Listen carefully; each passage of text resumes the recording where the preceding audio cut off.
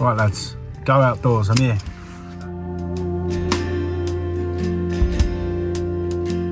Who knew? It was going to be so busy. I've had to park right down the back of the cop. Shut up! Not bad.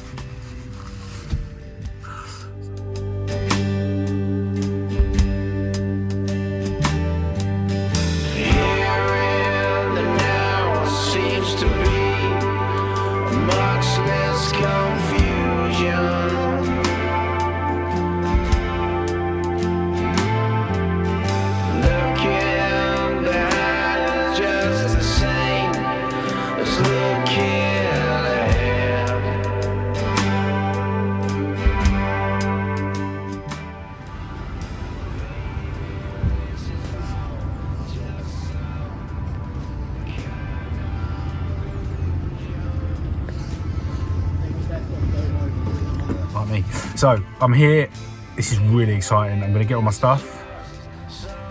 I've got my list.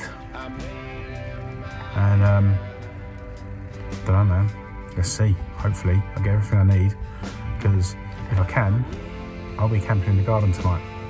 It's cold.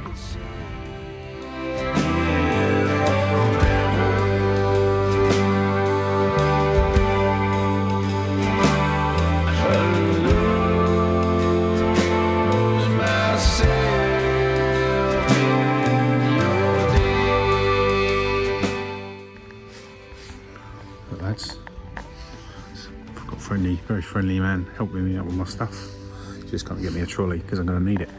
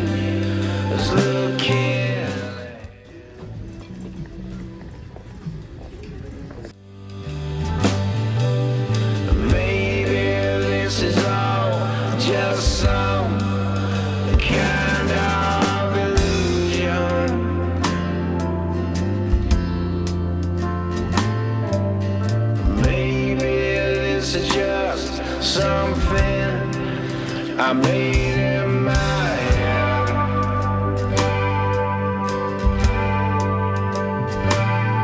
I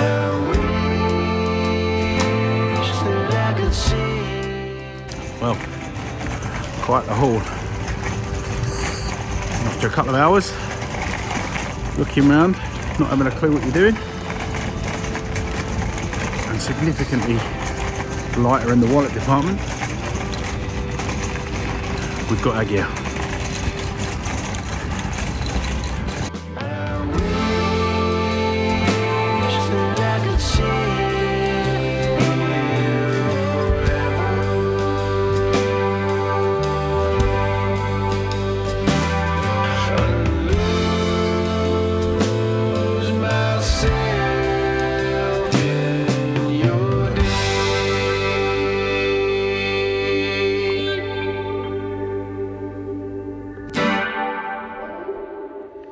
Right, I'm back.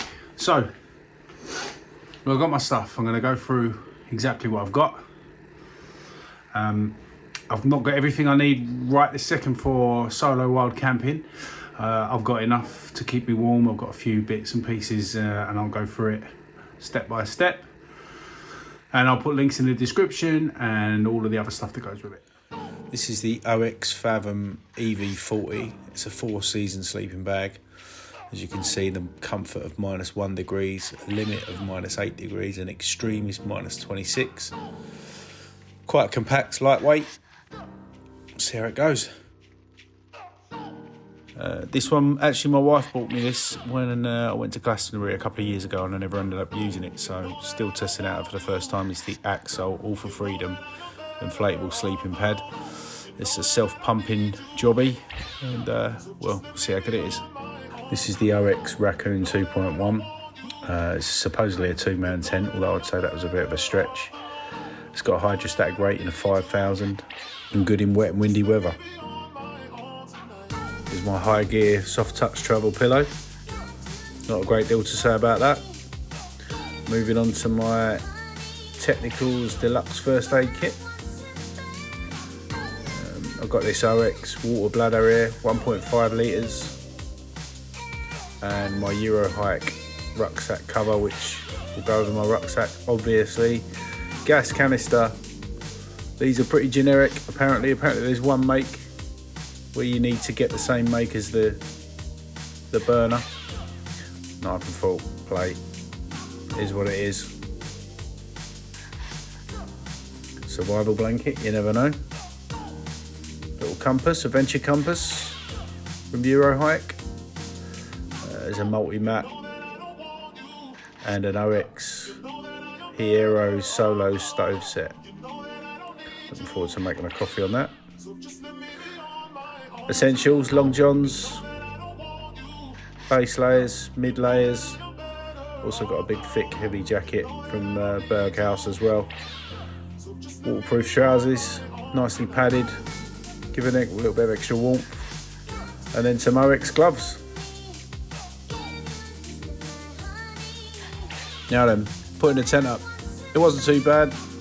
Like I say, the poles are very lightweight. Took me a little while to suss it out. They were clips as opposed to sliding it through the sort of material loop. So anyway, we got there in the end. Got it all together. Took me a couple of goes. Luckily the ground wasn't quite as hard as I thought it would be. Pegs went in pretty well. Guide ropes out. It took a lot longer than that time lapse. And there it is. Look at that, looks like I've got LED lights, but that's just a reflector, which gives it a nice little touch. Not very conspicuous though. So, here we are, where the magic's happening. I'm in bed, I'm snug, I'm well layered. I'm gonna get my sleeping bag. Oh, it's got the layers on, boy.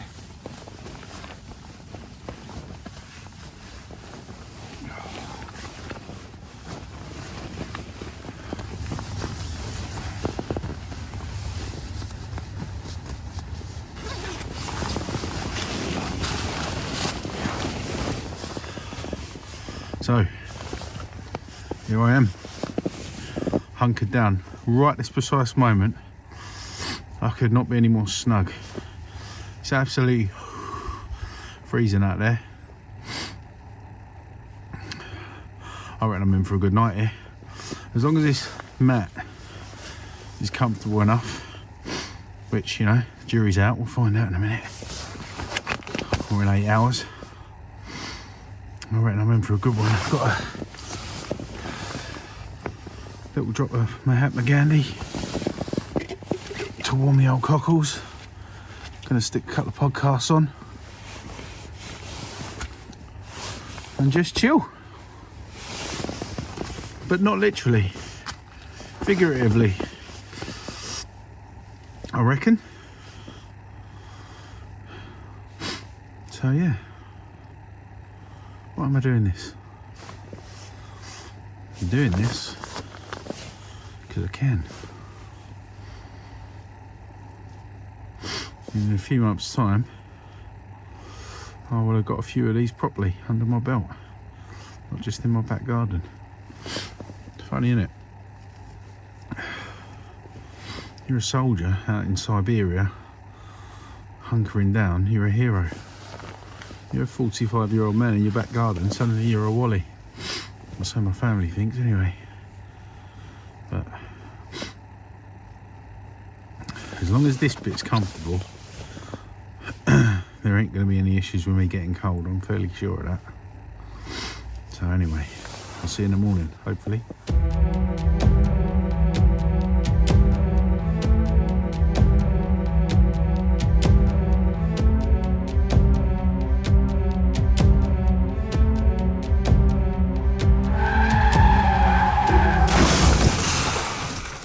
Truth be told, could have gone better.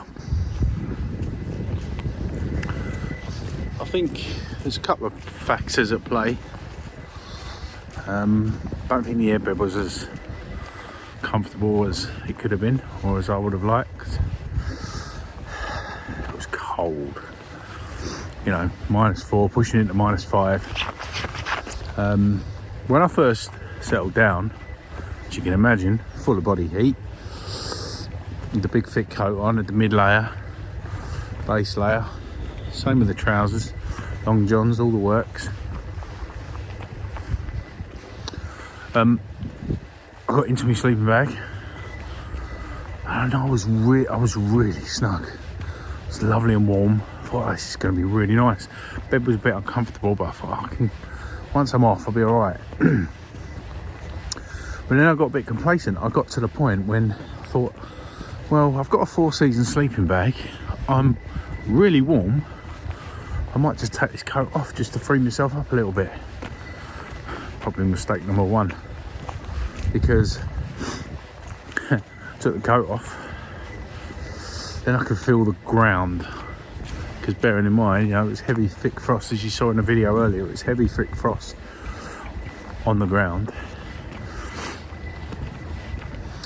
and I woke up, maybe a couple of hours sleep, woke up and I was cold, very cold. And I don't mind a bit of cold. I like a nice bath and all that sort of stuff. So I grabbed my jacket, put my jacket on. Of course, by now, the jacket had absolutely no body heat in it whatsoever and was freezing cold.